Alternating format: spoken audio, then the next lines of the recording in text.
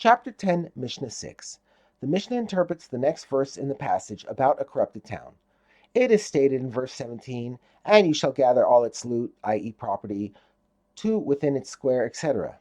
This verse teaches that if the town has no square, they must make a square for it, and if its square was outside it, they must bring the square inside it. The verse continues, You shall completely burn in fire the town and all its loot to Hashem your God. This implies the loot of the town must be burned, but not the loot of heaven. Based on this, the sages said, any consecrated objects in the town should be redeemed as usual and not burned, because they are the property of heaven. Portions of terumah that are in the town should be left to rot, because they are too sacred to be burned. Meiser Sheni and sacred writings should be hidden away, because they are also too sacred to be burned. Atana derives another lesson from the verse.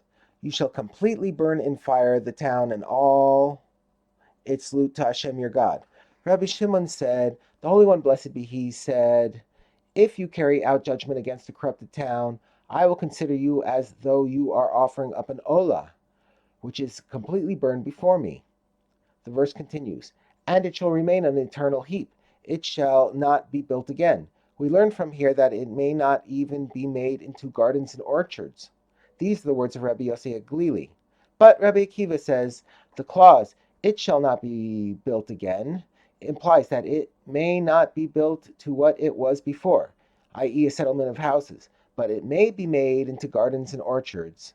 The next verse states, no part of the forbidden property may stick to your hand, so that Hashem will turn back from his burning anger. This teaches that as long as wicked people who take the property of a corrupt town for themselves are in the world, God's anger is in the world. And when these wicked people perish from the world, God's anger is removed from the world.